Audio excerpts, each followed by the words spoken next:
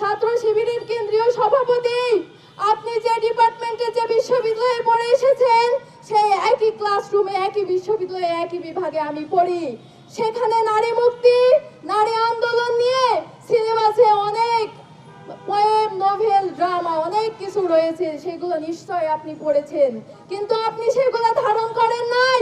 আপনি যদি ধারণ করতেন, আপনার এই গুপ্তবট বাহিনীকে আপনি নির্দেশনা দিতেন নারীদের বিপক্ষে যেও না, নারীদের বিরুদ্ধাচরণ করো না, নারীদের নিয়ে কোনো কটূক্তি করো না। আর সেখানে তো ধর্ষণের মতো জয়যাত্রার পদধ্বনি করতে চাই।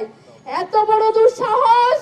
ঢাকা বিশ্ববিদ্যালয়ের ছাত্র ছাত্রীরা এর জবাব দিবে ব্যালটে, এর জবাব দিবে আপনাদের ভোটের বাক্স ফাঁকা থাকবে, কোনো ভোট যাবে না। শিক্ষার্থীরা সচেতন, শিক্ষার্থীরা জানে কোন প্যানেল তাদের জন্য নিরাপদ।